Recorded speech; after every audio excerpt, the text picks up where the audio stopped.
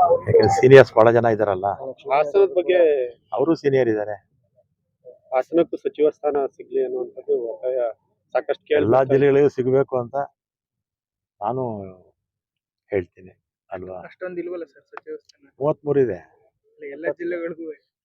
Sir, ಈಗ guarantee ಯೋಜನೆಗಳಿಗೆ ಜಾತಿ ಪ್ರಮಾಣ ಪತ್ರ ಕೇಳ್ತಾ ಇರುವಂತದ್ದು, ಜೊತೆಗೆ ಏನು ನಿರಂತ ಇದಕ್ಕೆ ಜಾತಿ ಪ್ರಮಾಣ ದುರುಪಯೋಗ ಆಗ್ಬಾರ್ದು ಅಂತ ಆ ರೀತಿ ಹೇಳ್ತಾ ಇದ್ದಾರೆ ಅಷ್ಟೇ. ಕೆಲವರು ಎಷ್ಟೋ ಜನ ತೀರೋಗಿರ್ತಾರೆ ಅಂತವ್ರೆಲ್ಲ ತಗೊಳ್ತಾ ಇದ್ದಾರೆ. ಈಗ ಒಂದು ಕ್ಲಾರಿಟಿ ಇರ್ಬೇಕಲ್ಲ, ಕ್ಲಾರಿಟಿ ಇರ್ಬೇಕು. ಕ್ಲಾರಿಟಿ ಮೇಕೆದಾಟು ಯೋಜನೆ ಕೆಲವು ಪ್ರಮುಖ ಮೇಕೆದಾಟು ಯೋಜನೆ DPR ರೆಡಿ ಆಗಿದೆ. ಸುಪ್ರೀಂ ಕೋರ್ಟ್ ಅಲ್ಲೂ ಕೂಡ 2 ಸಲ ಅವರು ಒಂದ್ಸಲಿ ಮಿಸ್ಲೇನಿಯಸ್ ಹಾಕೊಂಡಿದ್ರು, ಇನ್ನೊಂದ್ಸಲಿ ಅಪೀಲ್ ಹಾಕೊಂಡಿದ್ರು, ಎಲ್ಲ ವಜಾ ಆಗಿದೆ. ಆಮೇಲೆ ಅಲ್ಲೇ ನಾನು ನೀರ್ನೇನು ಬಳಸ್ಕೊಳ್ಳೋದಿಲ್ಲ, ಬರೀ ಕುಡಿಯೋದಕ್ಕೆ 4.75 TMC ನಮಗೆ ಕೊಟ್ಟಿದ್ದಾರೆ. ಅಲ್ಲಿ ನಾವು ಸ್ಟೋರೇಜ್ ಮಾಡಿದ್ರೆ ನಮ್ಮ ಪವರ್ ಒಂದು ಬೆನಿಫಿಟ್ ಆಗುತ್ತೆ, 400 ಮೆಗಾವಾಟ್. ಉಳಿದಾಗ ತಮಿಳ್ನಾಡು ರೈತರಿಗೆ ಅನುಕೂಲ ಆಗುತ್ತೆ. ನಮ್ಮಲ್ಲಿ ನೀರಿಲ್ಲದೆ ಇದ್ದಾಗ ಅವ್ರಿಗೆ ಅನುಕೂಲ ಆಗುತ್ತೆ. ಅದನ್ನ ಅವರು ಕೂಡ ಅರ್ಥ ಮಾಡ್ಕೋಬೇಕು.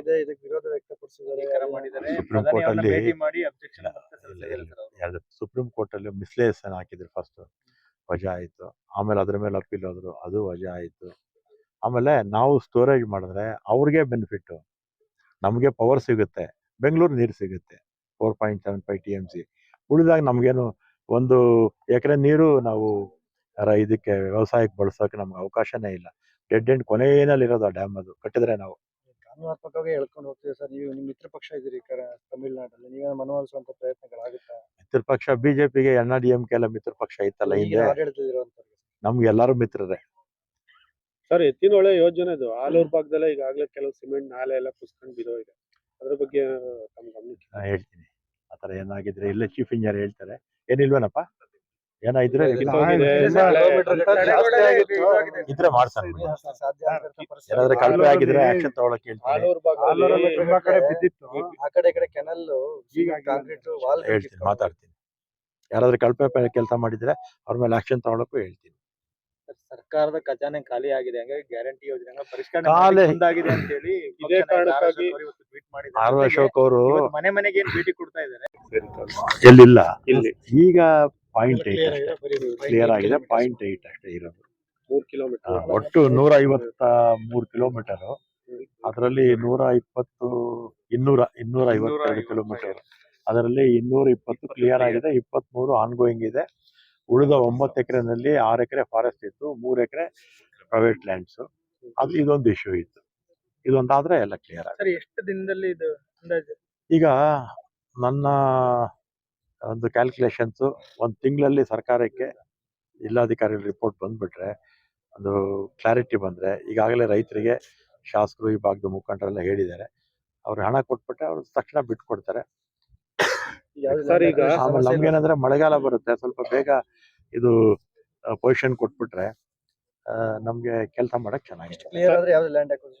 ಆಮೇಲೆ ಏನೂ ಇಲ್ಲ, ಇದೊಂದೇ ಇರೋದು ನಮ್ಮ ಮುಂದೆ ಇರ್ತಕ್ಕಂಥದ್ದು. ಸರ್, ಈ ಯೋಜನೆಯಲ್ಲಿ ಒಟ್ಟು ಎಷ್ಟು ಜನ ರೈತ ಭೂಮಿ ವಶಪಡಿಸ್ಕೊಂಡಿದೆ ಮಾಹಿತಿ ಕರೆಕ್ಟ್ ಆಗಿ ತಿಳ್ಕೊಂಡು ಹೇಳ್ತೀನಿ.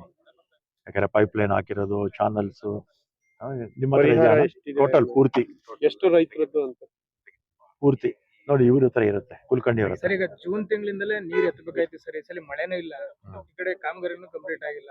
ಅದು ಚಿತ್ರದುರ್ಗ ಜಿಲ್ಲೆ ಇದಕ್ಕೂ ಹೋಗ್ತಿದೆ ಸರ್ ನೀರು, ಈ ಸಲ ಮಳೆನೂ ಇಲ್ಲ, ಸಾಗರಕ್ಕೆ ಹೋಗ್ತಾ ಇದೆ. ಅದಕ್ಕೆ ಬಂದಿರೋದು, ಬಂದು ಸಾರ್ಟ್ ಔಟ್ ಮಾಡೋಣ ಅಂತ ಬಂದಿದ್ದೀನಿ. 2 ಇಶ್ಯೂ ಸಾಲ್ವ್ ಆಯ್ತು, ಇದೊಂದು ಬಾಕಿ ಇದೆ ಅಷ್ಟೇ. ಅಧಿಕಾರಿಗಳ ಮಾಹಿತಿ ಪಡೆದ ಪ್ರಕಾರವಾಗಿ ಇನ್ನು ಎಷ್ಟು ಸಮಯ ತೆಗೆದುಕೊಳ್ಬಹುದು ಸರ್ ಈ ಯೋಜನೆ ಕಂಪ್ಲೀಟ್ ಆಗಲಿಕ್ಕೆ? ಇದು ನಮ್ದು ಮುಖ್ಯಮಂತ್ರಿಗಳು ಹೊಸದಾಗಿ ನಮ್ಮ ಶಿವಕುಮಾರ್ ಅವರ ಪ್ರಮಾಣವಚನ ತಗೊಂಡ 100 ದಿನಗಳಲ್ಲಿ ಕೆಲವು ಕಾರ್ಯಕ್ರಮಗಳನ್ನ ಹಾಕೊಂಡಿದ್ದಾರೆ. ಅದರಲ್ಲಿ ಇದು ಕೂಡ ಒಂದು 100 ದಿನದಲ್ಲಿ ಆಗ್ಬೇಕು ಅಂತ ನಮ್ಮ ಟಾರ್ಗೆಟ್. ಅಲ್ಲ, ಇದು ಈ ಇಶ್ಯೂ ಅಂತಿಮ 171 ಕಿಲೋಮೀಟರ್ಗೆ ನಾವು ನಿರ್ತಿರ್ತಕ್ಕಂಥ ಮುಂದೆ ಇರ್ತಕ್ಕಂಥ ಇಶ್ಯೂ ಸಾಲ್ವ್ ಆಗ್ಬಿಟ್ರೆ 171 ಕಿಲೋಮೀಟರ್ ಹೋಗುತ್ತೆ. 171 ಕಿಲೋಮೀಟರ್ ಉಳಿದಾಗೆ ದೊಳಾಪುರದ ಹತ್ರ ಎಲ್ಲ ಪಂಪಿಂಗ್ ಸ್ಟೇಷನ್ಸ್ ಎಲ್ಲ ಆಗ್ತಾ ಇದೆ. ಪೈಪ್ ಲೈನ್ ಎಲ್ಲ ಆ ಕಡೆ ಎಲ್ಲ ಆಗ್ಬಿಟ್ಟಿದೆ. ಯಾವ ಕಡೆ ಗೋಳಿಬದೂರು, ಆಮೇಲೆ ಇದೆಲ್ಲ ಶಿಡ್ಲಘಟ್ಟ, ಅದೆಲ್ಲ ಪೈಪ್ ಲೈನ್ ಮುಗಿದೋಗಿದೆ. ಅದನ್ನು ನೋಡ್ಕೊಂಬಂದ್ವಿ ಜಾಗ. ಮೊದಲು 5.5 TMCಗೆ ಚೆಕ್ ಡ್ಯಾಮ್ ಅಲ್ಲ, ಸ್ಟೋರೇಜ್ ಡ್ಯಾಮ್ ಮಾಡಬೇಕು ಅಂತಿದ್ರು. ಈಗ ಅದನ್ನ 3 ಚಿಲ್ಲರೆ TMCಗೆ ಇಳಿಸಿದ್ದಾರೆ. ಸಾರ್ಟ್ ಔಟ್ ಮಾಡಬೇಕು. ಸರ್ ಈಗ ಅದು ವಿದ್ಯುತ್ ಬಿಲ್ ಬಾಕಿ ಇದೆ ಸರ್ 259 ಕೋಟಿ. ಏನಪ್ಪ ನೀವೇನ ಕೇಳ್ತೀರಾ, ನಾನು ಹೇಳ. ಈಗ ನಮ್ಮ ಶಾಸಕರು ಇಬ್ರು ಇದ್ದಾರೆ, ಬೇಲೂರು ಶಾಸಕರು, ಅರಸೀಕೆರೆ ಶಾಸಕರು, ಹಾಗೆ ನಮ್ಮ ಶಿವರಾಮ್ ಅವರು ಕೂಡ ಇದ್ದಾರೆ. ಇವತ್ತು ನಮಗೆ ಈ ಒಂದು ಪ್ರಾಜೆಕ್ಟ್ ಕಂಪ್ಲೀಟ್ ಆಗಬೇಕಾಗಿದ್ರೆ ಬೆಂಗಳೂರು ಸುತ್ತಮುತ್ತಲು, ಬೆಂಗಳೂರಿಗೆಲ್ಲ ಇದರಲ್ಲಿ ಬೆಂಗಳೂರು ಗ್ರಾಮಾಂತರ ಅಲ್ಲಿವರೆಗೂ ಕೋಲಾರ, ಚಿಕ್ಕಬಳ್ಳಾಪುರ, ಮತ್ತೆ ತುಮಕೂರು, ಮತ್ತೆ ಹಾಸನ ಜಿಲ್ಲೆ ಎಲ್ಲ ನೀರು ಕೊಡಬೇಕು. ಪ್ರಾರಂಭ ಆಗಿ ಬಹಳ ವರ್ಷ ಆಯಿತು, ಸಮಸ್ಯೆಗಳು ಸಾಕಷ್ಟಿತ್ತು. ಈಗೆಲ್ಲ ಅದಕ್ಕೆ ಒಂದು ರೂಪ ಬರ್ತಾ ಇದೆ. ಇವತ್ತು 3 ಕಡೆ ನಮಗೆ ಸಮಸ್ಯೆ ಇತ್ತು. ಒಂದು ಚೌಡಲಾಪುರ ಅಲ್ಲ, ಅಲ್ಲಿ ಲ್ಯಾಂಡ್ ಇಶ್ಯೂ ಇತ್ತು, ಲ್ಯಾಂಡ್ ಅಕ್ವಿಷನ್ದು. ರೈತರು ಬಿಟ್ಕೊಟ್ಟಿದ್ದಾರೆ, 1 ವಾರದಲ್ಲಿ ಅವರು ಪರಿಹಾರ ಕೊಡ್ತಾರೆ, ರೈತರೆಲ್ಲ ಸಿಕ್ಕಿದ್ರಲ್ಲಿ ಅದೊಂದು. ಆಮೇಲೆ ಕೆಂಚಿಗಾನಹಳ್ಳಿ ಫಾರೆಸ್ಟ್, ಅದು ಕೂಡ ಕ್ಲಿಯರೆನ್ಸ್ ಆಯಿತು. ಅದು ನಾಳೆಯಿಂದ ಕೆಲಸ ಸ್ಟಾರ್ಟ್ ಮಾಡಕ್ಕೆ ಹೇಳಿದ್ದೀನಿ, ಅದೊಂದು. ಆಮೇಲೆ ಇನ್ನೊಂದು ಇಲ್ಲಿ ಯಾವೂರಿದು, ಐದಾಳ ಕಾವಲ್ಲು, ಇಲ್ಲಿ ಸ್ವಲ್ಪ ರೈತರ ಒಂದು ಸಮಸ್ಯೆ ಇತ್ತು. ಅವ್ರಂದ್ರೆ ಪೊಸಿಷನ್ ಅಲ್ಲಿ ಇದ್ದಾರೆ, ಡಾಕ್ಯುಮೆಂಟ್ ಇಲ್ಲ. ಅದಕ್ಕೆ ಕ್ಯಾಬಿನೆಟ್ ಅಲ್ಲೂ ಕೂಡ ಅದನ್ನ ಕ್ಲಿಯರೆನ್ಸ್ ಮಾಡಿದ್ದಾರೆ. ಕ್ಲಿಯರೆನ್ಸ್ ಮಾಡಿ 28 ಕೋಟಿ ಅಷ್ಟು ಹಣವನ್ನ ಈಗಾಗಲೇ ಜಿಲ್ಲಾಧಿಕಾರಿಗಳ ಅಕೌಂಟ್ ಅಲ್ಲಿ ಠೇವಣಿ ಕೂಡ ಇಟ್ಟಿದ್ದಾರೆ. ಅದಕ್ಕೆ ಅಲ್ಲೊಂದು ಸ್ಪಾಟ್ ನೋಡಿ, ಮತ್ತೆ ಅದೇನು ಇಶ್ಯೂಸ್ ಇದೆಯೋ ಅದನ್ನ AC ಅವರು ಒಂದು 10 days ಟೈಮ್ ಕೊಟ್ಟಿದ್ದೀನಿ. 10 ದಿನದಲ್ಲಿ ಜಿಲ್ಲಾಧಿಕಾರಿಗಳಿಗೆ ಕಳಿಸ್ಬೇಕು ಫ್ಯಾಕ್ಟ್ ಏನಿದೆ ಅಲ್ಲಿ ಗ್ರೌಂಡ್ ಲೆವೆಲ್ ಅಲ್ಲಿ. ಆಮೇಲೆ 10 ದಿನ ಆದ್ಮೇಲೆ ಜಿಲ್ಲಾಧಿಕಾರಿಗಳು ಅದನ್ನ ರಾಜ್ಯ ಸರ್ಕಾರಕ್ಕೆ ಅವ್ರ ರೆಕಮೆಂಡೇಶನ್ಸ್ ಕಳಿಸ್ತೀನಿ ಅಂತ ಹೇಳಿದ್ದಾರೆ. ಇದೊಂದು ಇಶ್ಯೂ ಸಾಲ್ವ್ ಆಗ್ಬಿಟ್ರೆ ಸುಮಾರು 171 ಕಿಲೋಮೀಟರ್ ನೀರು ಹೋಗುತ್ತೆ. ಸರ್, 171 ಇಲ್ಲ, ನಾನು ಮಾತಾಡ್ತೀನಿ. ಈಗ ಹಣಕಾಸಿನ ಕೊರತೆ ಏನಿಲ್ವಾ ಸರ್? ಈಗ ಹಣಕಾಸು ಒದಗಿಸ್ಲಿಕ್ಕೆ ಏನು ಸಮಸ್ಯೆ ಇಲ್ಲ? ಈ ಕೆಲಸಕ್ಕೆ ಏನ್ ತೊಂದರೆ ಇಲ್ಲ, ಒಟ್ಟಾರೆಯಾಗಿ ಯೋಜನೆಗೆ ಏನ್ ತೊಂದರೆ ಇಲ್ಲ, ಮುಗಿಸ್ತೀವಿ. ಎತ್ತಿನೊಳೆ ಪ್ರಾಜೆಕ್ಟ್ ಈಗ ಎಷ್ಟು ಕೋಟಿ ವೆಚ್ಚ ಕರೆಕ್ಟ್ ಆಗಿ ಅಂಕಿ ಅಂಶ ಸಮೇತ ಎಷ್ಟಾಗಿದೆ? ನೆಕ್ಸ್ಟ್ ಟೈಮ್ ಬಂದಾಗ ಕೊಡ್ತೀನಿ. ಸರ್, CAG ವರದಿಯಲ್ಲಿ ಈ ಮುಂದಿನ ಎಷ್ಟಾಗಿದೆ ಟೋಟಲ್ ಇದುವರೆಗೂ?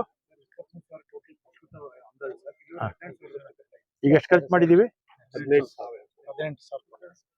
18,000 ಕೋಟಿ ಖರ್ಚಾಗಿದೆ. 23,000 ಕೋಟಿ ಪ್ರಾಜೆಕ್ಟ್. ಈಶ್ವರ್ ಖಂಡ್ರೆ ಅವರು ಸೆಂಟ್ರಲ್ ಗವರ್ಮೆಂಟ್ ಅಪ್ರೋಚ್ ಮಾಡಿದ್ದಾರೆ ಸರ್, 4,700 ಕೋಟಿನ ಎತ್ತಿನೊಳೆ ಯೋಜನೆ ಕೊಡಬೇಕು ಅಂತ.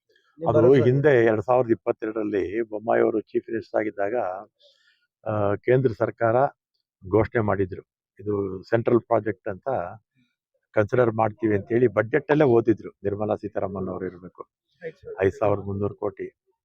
ಅದನ್ನು ಮೊನ್ನೆ ಕೂಡ ನಾನು ಶಿವಕುಮಾರ್ ಅವರು ಸೆಂಟ್ರಲ್ ಮಿನಿಸ್ಟರ್ ಮೀಟ್ ಮಾಡಿದ್ದೀವಿ, ಪಾಟೀಲ್ರಿಗೆ, ಜಲಶಕ್ತಿ ಮಂತ್ರಿಗಳಿದಾರಲ್ಲ ಅವ್ರನ್ನ ಮೀಟ್ ಮಾಡಿದಾಗ ಇದನ್ನು ಕೂಡ ಜ್ಞಾಪಿಸ್ಬಿಟ್ಟು ಬಂದಿದ್ದೀವಿ. ನೋಡೋಣ, ಸ್ವಲ್ಪ ಹಂತವಾಗಿ ಬಿಡುಗಡೆ ಮಾಡ್ತಾರೆ ಅಂತ ನನಗಂತೂ ಅನ್ಸುತ್ತೆ. ಸರ್, ಹೇಮಾವತಿ ಲಿಂಕ್ ನಾಲೆಗೆ ಇವರು ಗುಬ್ಬಿ ಶ್ರೀನಿವಾಸರು ವಿರೋಧ ವ್ಯಕ್ತಪಡಿಸಿದ್ದಾರೆ. ಅದು ನಾವೇ ಕೂತ್ ಸಾಲ್ವ್ ಮಾಡ್ಕೊಳ್ತೀವಿ ಬಿಡಿ. ಸರ್, ಈ ಯೋಜನೆ ಮುಂದಿನ ಇಬ್ರು ಶಾಸಕರು ಆಗ್ಬೇಕು ಅಂತ ಅವ್ರು ನೀರು ಹೋಗ್ತಿಲ್ಲ ಅಂತ ಇವರು ನಮ್ ನೀರು ಕಡಿಮೆ ಆಗಿದೆ ಅಂತ ಇವರು ಕೂತ್ ಮಾತಾಡ್ಕೊಂಡು ಸಾಲ್ವ್ ಮಾಡಿ. ಹೇಗೆ ಸರ್ ಜಲಸಂಪನ್ಮೂಲ ಇಲಾಖೆ ಅಡ್ಜಸ್ಟ್ ಆಗ್ತಿದೆಯಾ? ಬೇರೆ ಕಡೆ ಕೇಳಿದ್ರೆ ನಾನ್ ಕೇಳಿಲ್ಲಪ್ಪ, ನಾನು ಪ್ರಾಕ್ಟೀಸೇ ಇಲ್ಲ ಕೇಳಿ, ಆ ಪ್ರಾಕ್ಟೀಸೇ ಇಲ್ಲ, ಅಂತ ಇತ್ತಲ್ಲ. ಅದ್ ಬೇರೆ ಪ್ರಶ್ನೆ. ಸರ್, ಈ ಯೋಜನೆಗೆ ಮುಂದಿನ ಉಳಿದಂತ 8,000 ಯೋಜನೆಗೆ CAG ನೀಡಿದಂತ ವರದಿ ಕೆಲವುಗಳು ಕರೆಕ್ಟ್ ಆಗಿ ಯೋಜನೆಯ ಏನು ಅದಕ್ಕೆ ಬೇಕಾದಂತ ಫಂಡಿಂಗ್ ಮಾಡುವಲ್ಲಿ ಸ್ಪಷ್ಟತೆ ಇಲ್ಲ ಅನ್ನುವಂತ ವರದಿಗಳು ಕೂಡ ವಿಧಾನಸೌಧದಲ್ಲಿ ಕೂಡ ಇದಾಗಿ ವಿಚಾರ ಚರ್ಚೆ ಆಗಿತ್ತು. ಆ ಬಗ್ಗೆ ಏನ್ ಹೇಳ್ತೀರಾ? ಈ ಯೋಜನೆಗೆ ಹಣದ ಕೊರತೆ ಇಲ್ಲ, ಒಟ್ಟಲ್ಲಿ ಇನ್ ಟೈಮಲ್ಲಿ ಬೇಗ ಮಾಡಿ ಮುಗಿಸ್ತೀವಿ. ಈಗ ಅರಸೀಕೆರೆ, ಬೇಲೂರು ಕೆರೆ ನೀರೇ ಇಲ್ಲ ಅಲ್ವಾ? ಅದೇ ರೀತಿ ತುಮಕೂರು, ಚಿಕ್ಕಬಳ್ಳಾಪುರ, ಕೋಲಾರ, ಗ್ರಾಮಾಂತರ, ನಮ್ಮ ಕಡೆ ಎಲ್ಲ 25 ವರ್ಷ ಆಯ್ತು ಕೆರೆಗಳು ತುಂಬಿ. ಇದೆಲ್ಲ ಬಂದ್ರೆ ಅನುಕೂಲ ಆಗುತ್ತೆ. ಸಚಿವ ಸಂಪುಟ ವಿಸ್ತರಣೆ ಯಾವಾಗ ಸರ್? ಬೇಗ